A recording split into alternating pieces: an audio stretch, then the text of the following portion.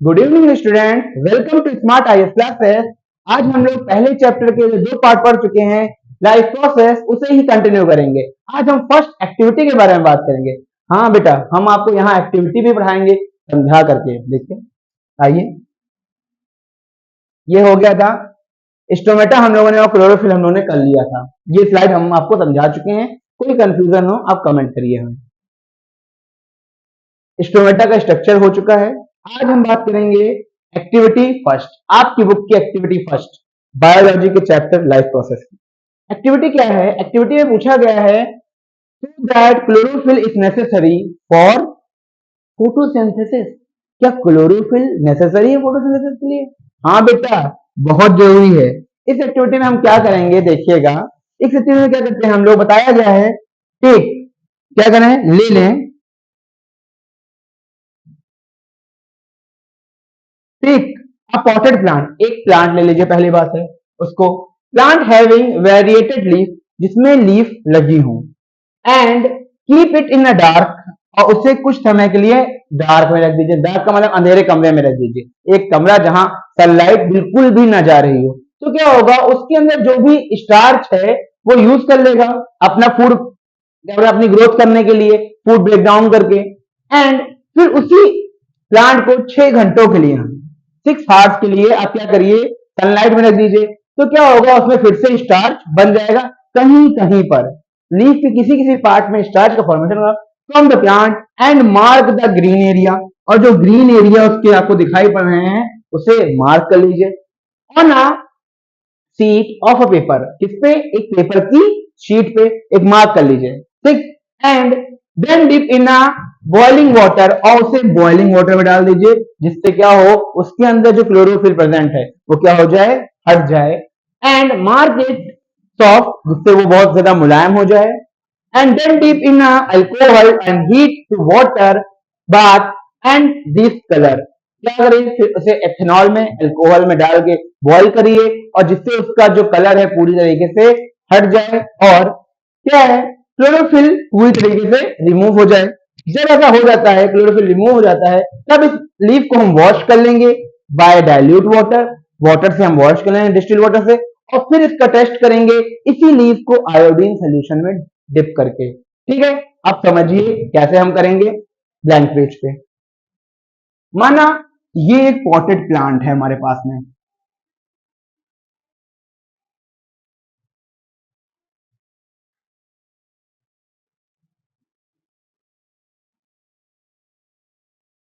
ठीक। ये क्या है, हमारा पॉटेड प्लांट है। इसकी एक लीफ हमने ले ली। ये प्लांट को हमने पहले 3 डेज के लिए, 3 डेज के लिए कहा रखा था, डार्क में। कहा रख दिया था, डार्क में। और फिर 6 आवर्स के लिए कहा रख दिया था, सन की लाइट में। कहा रख दिया था, सनलाइट में। फिर अब इस प्लांट की लीफ लेकर के हम लोग उसे पहले बीकर में डालेंगे वाटर के साथ में, लीफ को, और बॉईल कर लेंगे। बॉईल कर लेंगे, बॉईल करने के बाद में जब ये सॉफ्ट हो जाएगी लीफ, तब इसे दूसरे बीकर में डालेंगे, जिसमें आपने क्या लिया है, अल्कोहल लिया है, ठीक। अल्कोहल लिया है, इसमें जब लीफ डालेंगे तो लीफ का जो कलर है वो क्या हो जाएगा, पूरी तरीके से हट जाएगा। और फिर इसी लीफ को हम लोग क्या करेंगे, एक टेस्ट ट्यूब में आयोडीन ले लेंगे, सोल्यूशन ले लेंगे, और उस आयोडीन सोल्यूशन में डिप करेंगे। जैसे ही आप इस लीफ को इस आयोडीन सोल्यूशन में डिप करेंगे, लीफ का जो भी पार्ट ग्रीन था, लीफ का जो भी पार्ट क्या था, ग्रीन कलर से था। मैं बना के दिखा देता हूं आपको। जो भी पार्ट भैया ग्रीन कलर का था, ऐसा, ऐसा और ऐसा, वो क्या हो जाएगा, वो पार्ट किस कलर में कन्वर्ट हो जाएगा, जैसे आप आयोडीन में डालेंगे, blue and, sorry, blue and black colour में, हल्का ब्लैक और हल्का ब्लू कलर में कन्वर्ट हो जाएगा। तो जब ब्लू एंड ब्लैक कलर आएगा, जब ब्लू एंड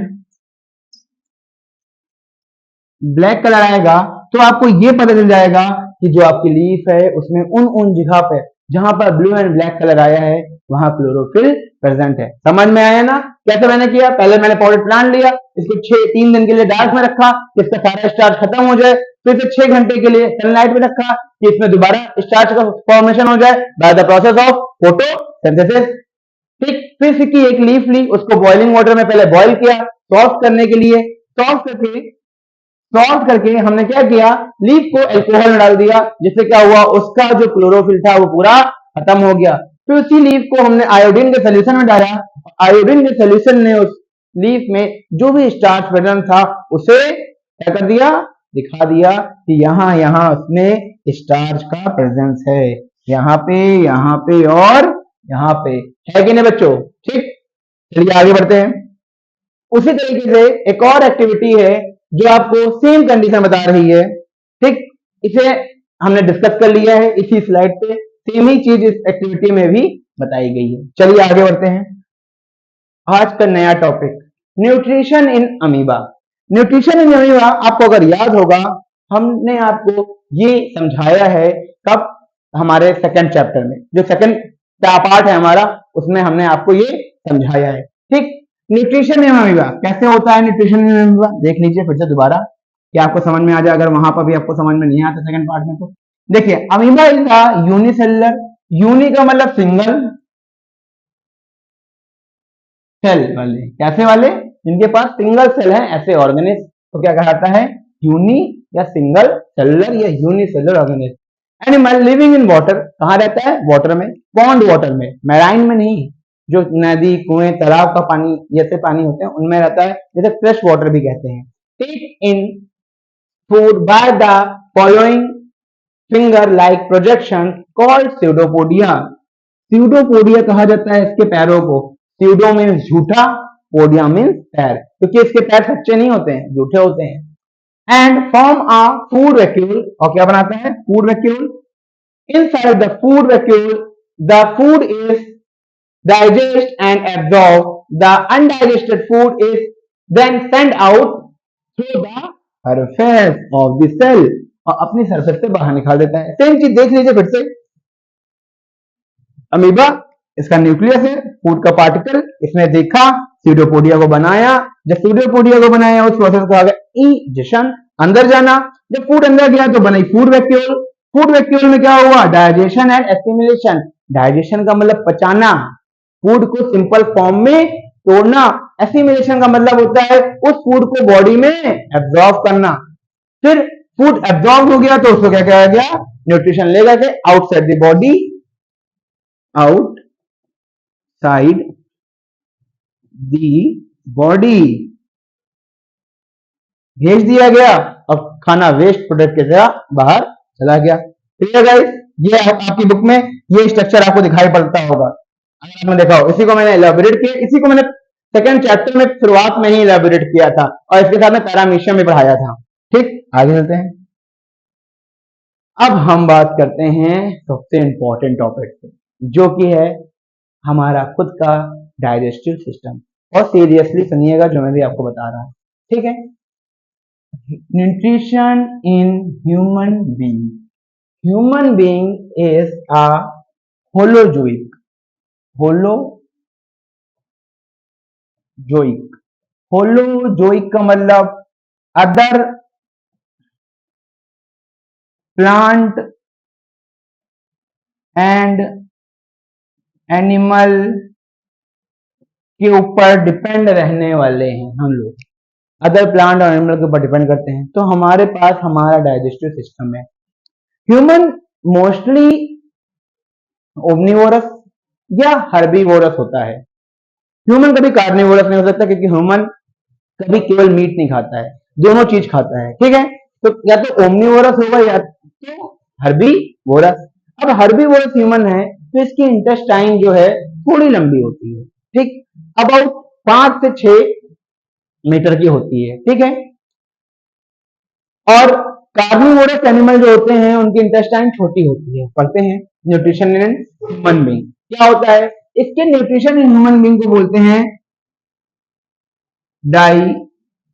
डाइजेस्टिव सिस्टम। क्या बोलते हैं? Digestive system. वो सिस्टम वाला सिस्टम नहीं, सिस्टम का मतलब हमारी बॉडी के सिस्टम। ठीक है, हेलो भाई ना बन जाना आप लोग। ठीक, अब क्या है न्यूट्रिशन इन ह्यूमन बीइंग कैसे होता है। Human being take place in the digestive system, हमारे डाइजेस्टिव सिस्टम में होता है जो हमारी बॉडी में इनबिल्ड है। इस सिस्टम को हम लोग जीआई ट्रैक किसके नाम से भी जानते हैं? जीआई ट्रैक के नाम से भी जानते हैं। जीआई का मतलब गैस्ट्रिक, आई का मतलब इंटेस्टाइनल, गैस्ट्रिक इंटेस्टाइनल ट्रैक के नाम से जानते हैं। ये क्या होता है? डाइजेस्टिव सिस्टम होता है। It consist of alimentary canal, किससे बना होता है? Alimentary canal. ये क्या होता है भैया? एलिमेंट्री कैनल का मतलब हमारे माउथ से स्टार्ट होती है और एनस पे हमारी आउटर ओपनिंग पे जाकर के खत्म होती है। उसके बीच में जो भी आता है, gland, stomach, oesophagus, all things क्या है? एलिमेंट्री कैनाल का पार्ट है। Gland and produce enzyme, enzyme भी प्रोड्यूस करती है, बहुत सारे एंजाइम मैं पढ़ाऊंगा आपको। Which break down food into smaller molecules, जो क्या करते हैं? फूड को ब्रेक डाउन करते हैं स्मॉलर सब्सटेंस में। The main organ of the digestive system are mouth, oesophagus, stomach, small intestine, large intestine, rectum and anus. The main glands are salivary gland, gastric gland, liver, pancreas and intestinal glands. ये कुछ important glands हैं जो हमारी body में पाई जाती हैं। ये आप डायग्राम देख पा रहे होंगे और अच्छे से दिखाता हूं तो आपको थोड़ा क्लियर हो जाएगा। ठीक, ये देखिए, यही देख लीजिए। अच्छा, ये देखिए, ये हमारा डाइजेस्टिव सिस्टम है पूरा। ठीक, इस डाइजेस्टिव सिस्टम में क्या क्या है, कहां से स्टार्ट है देखिए। पहले माउथ है, फिर सलाइवरी ग्लैंड है। माउथ में सलाइवरी ग्लैंड का नंबर 3 होता है। मैं अभी मैं आपको ब्लैंक साइड में सब समझाऊंगा, पहले आप देख लीजिए। पहले मैं समझा देता हूं। पहले देखिए, हमारे पास में कुछ ग्लैंड्स हैं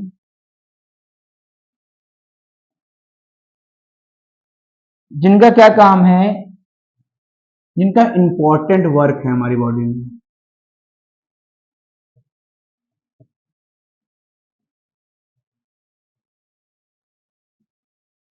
क्या इंपॉर्टेंट वर्क है हमारी बॉडी में? देखिए, हमारे माउथ में पहले होती है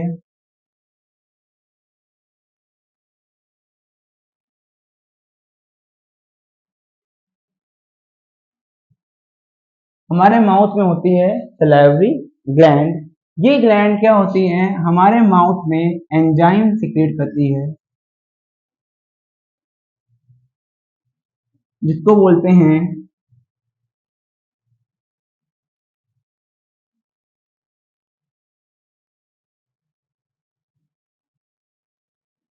क्या बोलते हैं? Salivary amylase.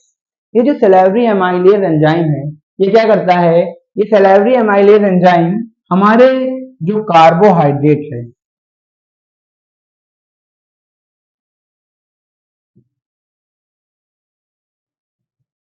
उस कार्बोहाइड्रेट को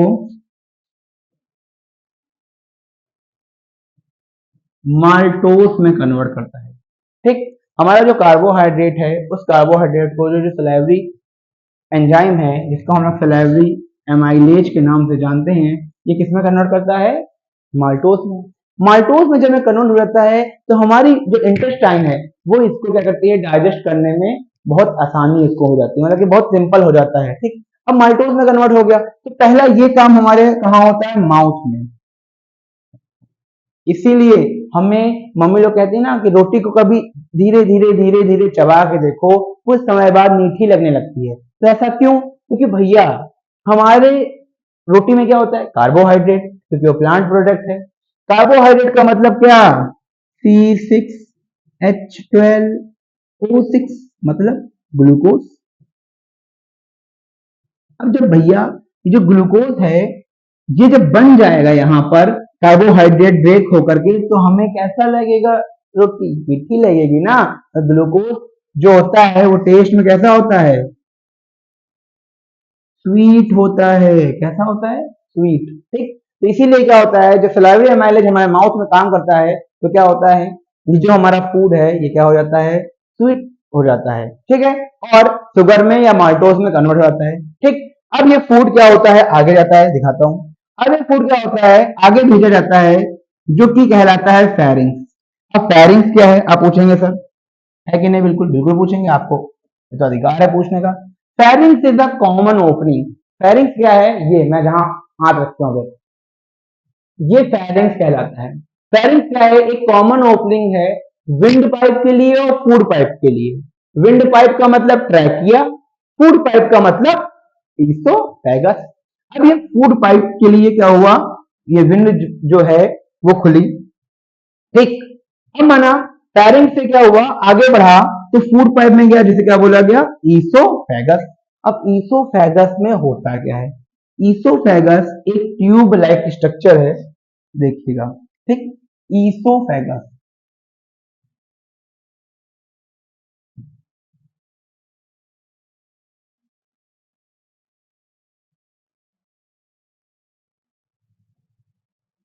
ईसोफेगस क्या है, ईसोफेगस एक ट्यूब लाइक स्ट्रक्चर है बेटा, जिसमें क्या होता है, डाइजेशन तो नहीं होता है, डाइजेशन यहाँ नहीं होता है। यहाँ क्या होता है, एक तरीके की मूवमेंट होती है, जिस मूवमेंट से क्या होता है, जब फूड इसमें आता है, जिससे हम लोग बोलस बोलते हैं, क्या बोलते हैं, बोलस। इस बोलस को मेस्टिगेटेड, मेस्टिगेटेड का मतलब चबाया हुआ, अच्छे से चबाया हुआ फूड के नाम से हम लोग जानते हैं। ये फूड जब यहाँ आता है तो ईसोफेगस की जो वॉल है वो क्या करती है, एक प्रेशर डालती है नीचे की तरफ, कि फूड क्या हो, नीचे की तरफ क्या हो जाए, खिसकता रहे, और धीरे धीरे नीचे की तरफ क्या रहता है, धीरे धीरे करके फूड आया करता है। इस मूवमेंट को, जो फूड की होती है ईसोफेगस के अंदर, इस मूवमेंट को बोला जाता है पेरिस्टैटिस मूवमेंट। क्या बोला जाता है, पेरिस्टैटिस मूवमेंट। और ये मूवमेंट ईसोफेगस में ही होती है और कोई डाइजेशन यहाँ नहीं होता है। हमारे यहाँ ईसोफेगस में पेरिस्टैटिस मूवमेंट हुई और ईसोफेगस से जो फूड था हमारा वो हमारे स्टमच में पहुंच गया। अब क्या होगा यहाँ भैया जी, ठीक, मैं थोड़ा अच्छा से बनाता हूँ फिर देखिएगा। ठीक, ये फूड हमारा कहाँ पहुंच गया, हमारे स्टमच में।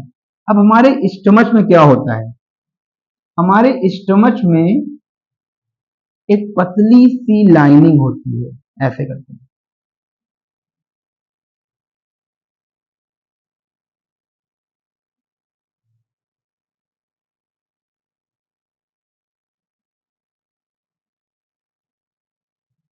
हमारे स्टमच में एक पतली सी लाइनिंग होती है जिसको बोलते हैं म्यूकस।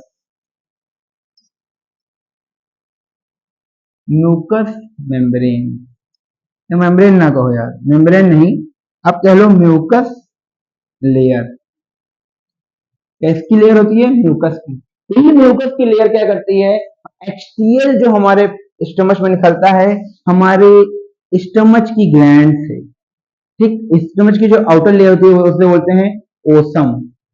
क्या बोलते हैं, ओसम एंड सब ओसम।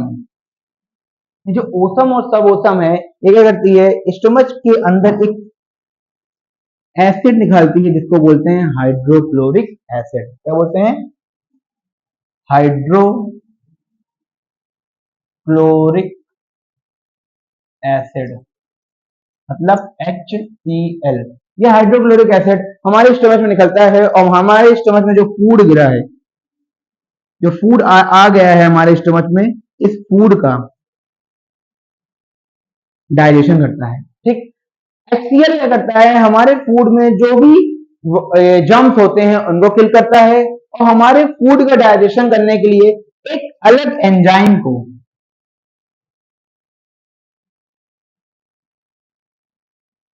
एक्टिवेट करता है,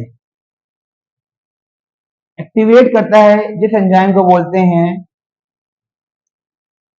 पेप्सिनोजेन। अब ये जो पेप्सिनोजेन है भैया, ये किसमें कन्वर्ट होता है? HCl की प्रेजेंस में पेप्सिन में। किसमें कन्वर्ट होता है? पेप्सिन में। और स्टार्ट करता है डाइजेशन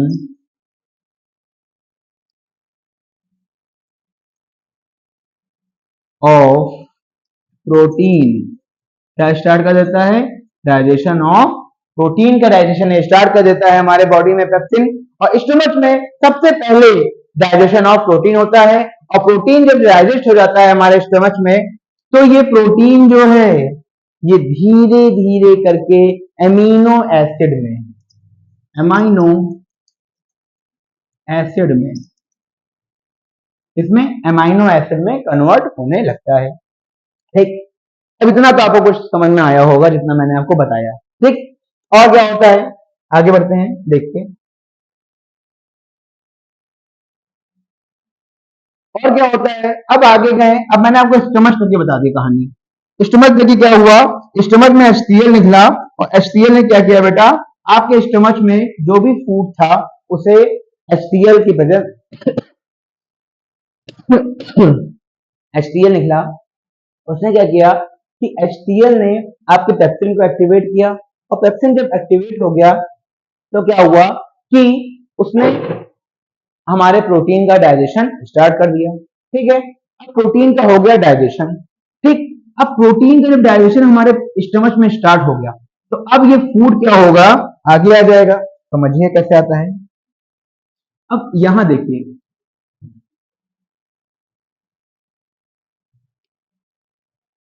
ठीक, यहां देखिए।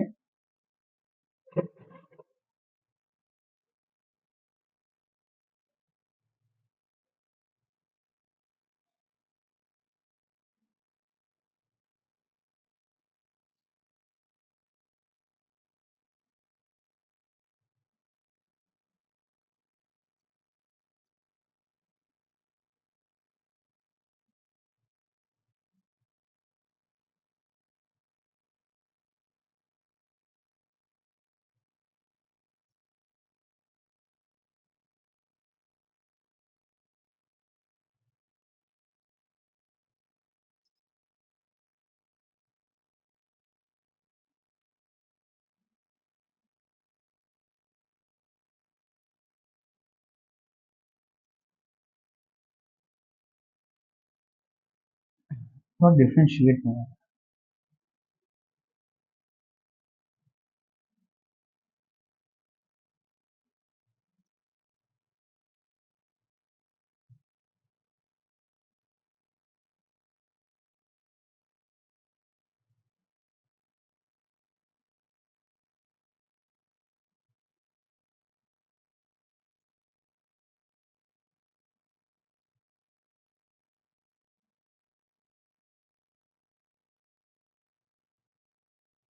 ठीक है भैया, अब ध्यान दीजिए।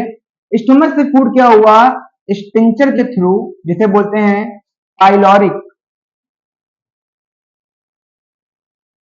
स्पिंचर। पाइलोरिक स्पिंचर के थ्रू फूड क्या हुआ, स्टमक से इंटेस्टाइन में ट्रांसफर किया गया। ठीक, अब जो इंटेस्टाइन होती है हमारे पास दो होती हैं, पहला स्मॉल इंटेस्टाइन और दूसरा लार्ज इंटेस्टाइन। जो कंप्लीट डाइजेशन है वो कहाँ होता है, स्मॉल इंटेस्टाइन में ही होता है। 2 मिनट आप रुक जाइए, हम पानी पी लेते हैं, फिर आपका लेक्चर चालू करते हैं।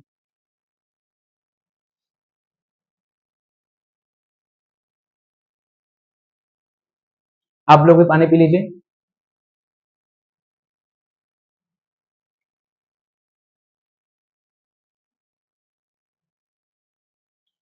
चलिए क्लास, क्या बोला मैंने, स्टमक में जो पाइलोरिक स्पिंचर होता है वो क्या करता है, आपका जो कंप्लीट वो फूड होता है जिसे हम लोग बोलते हैं काइम। काइम का मतलब ऐसा फूड जो पार्शियली डाइजेस्ट हो चुका है, वो क्या किया जाता है, भेज दिया जाता है स्मॉल इंटेस्टाइन में। कहाँ भेज दिया गया, स्मॉल इंटेस्टाइन में। स्मॉल इंटेस्टाइन के पास में होता है भैया जी लीवर, और भैया जी पेंक्रियास। कौन कौन होता है, मैं 2 मिनट कलर चेंज करके बनाता हूँ तो कुछ आपको समझ में आएगा, ऐसा तो सब एक ही में लग रहा होगा। देखिए भैया जी, यहाँ होते हैं लीवर जी, ये हैं लीवर, ये हैं भैया लीवर जी। ठीक। और कोने में भी साथ में और होते हैं, एक और भैया होते हैं जिनका नाम है पेंक्रियास, ये है पेंक्रियास।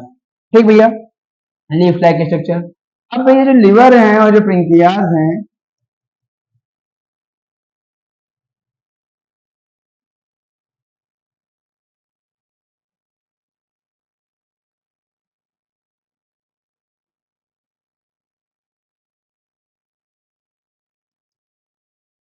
जो पेंक्रियास है और जो लीवर है भैया, ये बहुत इंपॉर्टेंट रोल प्ले करते हैं। लीवर के अंदर क्या होता है, एक छोटा सा स्ट्रक्चर होता है जिसको हम लोग बोलते हैं गॉल ब्लैडर। क्या बोलते हैं? Gall bladder. यही गॉल ब्लैडर क्या करता है, लीवर से जो एंजाइम निकलता है उसे क्या बोलते हैं, हम लोग बोलते हैं बाइल जूस। क्या बोलते हैं? Bile juice. इस बाइल जूस का जो सिक्रीशन है, ठीक, इसे क्या बोलते हैं हम लोग? Bile juice.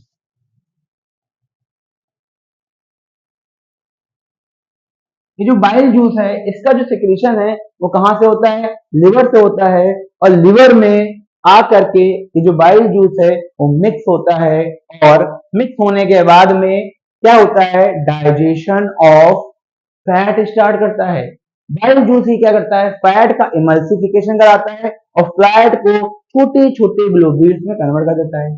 ठीक। अब क्या है, पेंक्रियास से भी एक जूस निकलता है, जैसे बोलते हैं पेंक्रियाटिक जूस।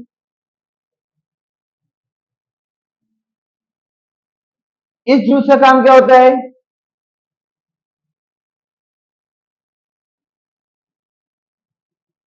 इस जूस का काम क्या होता है? इसका काम क्या होता है? इसका काम होता है कि ये जो आपका फैट अब इमल्सिफाई हो गया है, माल्टोज जो बन चुका है उसको ब्रेक करता है, माल्टोज को शुगर में, फैट को फैटी एसिड में, और प्रोटीन को एमिनो एसिड में। और फिर क्या होता है, इसी इंटेस्टाइन के अंदर क्या होते हैं, ऐसे छोटे छोटे स्ट्रक्चर होते हैं।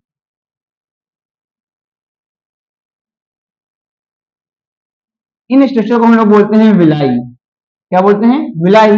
ये विलाई क्या करते हैं, सरफेस एरिया इंटेस्टाइन करवाते हैं और वहां एब्जॉर्प्शन, ज्यादा से ज्यादा एब्जॉर्प्शन करवाते हैं। ठीक। विलाई से क्या होता है, फूड एब्जॉर्ब होकर हमारे ब्लड में क्या होता है, मिक्स हो जाता है और पूरी बॉडी में एसिमिलेट हो जाता है। फिर ये जो इंटेस्टाइन है, इससे जो फूड है वो ट्रांसफर कर दिया जाता है लार्ज इंटेस्टाइन में, और लार्ज इंटेस्टाइन में क्या होता है, फूड को भेजा जाता है कहाँ? रेक्टम तक की। और इस फूड से जो भी, जिसमें ज्यादा पानी होता है, ज्यादा क्या होता है, जो भी कंटेंट होता है, उस सारे कंटेंट को एब्जॉर्ब कर लिया जाता है, जैसे वाटर हटा दिया जाता है। और जो भी सॉलिड फूड होता है, जो सॉलिड फिसीज बचती है या सॉलिड स्कीटा बचता है, उसे ला करके रेक्टम में स्टोर कर दिया जाता है और कुछ समय स्टोर रहता है। और ह्यूमन बीइंग इसको आउटसाइड द बॉडी एक पोर से निकालते हैं, जिस पोर को बोलते हैं एनस। और एनस से ये क्या होता है, अनडाइजेस्टेड वेस्ट मटेरियल हमारी बॉडी से बाहर निकाल दिया जाता है। ये कुछ डाइजेस्टिव सिस्टम के बारे में था। और इसके अलावा ये डायग्राम है, आप देख सकते हैं, लिवर भी है, गॉल ब्लैडर भी है, लिवर भी है, गॉल ब्लैडर भी है, अपेंडिक्स है। अपेंडिक्स क्या होता है ये भी जान लीजिए। अपेंडिक्स क्या है, एक छोटा सा इंटेस्टाइन का पार्ट है जिससे वहां पर डाइजेशन नहीं होता है। जब कभी किसी को अपेंडिक्स हो जाती है तो मतलब कि उसके अपेंडिक्स जो पार्ट है उसमें फूड चला गया है और वो क्या हो रहा है, धीरे धीरे करके सड़ रहा है। इसके बारे में मैं आगे बात करूंगा अच्छे से आपके साथ में। आज के लिए इस टॉपिक को हम यहीं पर रोकते हैं। कल एंजाइम के बारे में और अदर सब्सटेंस के बारे में और हर चीज के बारे में बात करेंगे जो कि इंटेस्टाइन और लार्ज इंटेस्टाइन से रिलेटेड है। Okay, thank you, bye, Tata.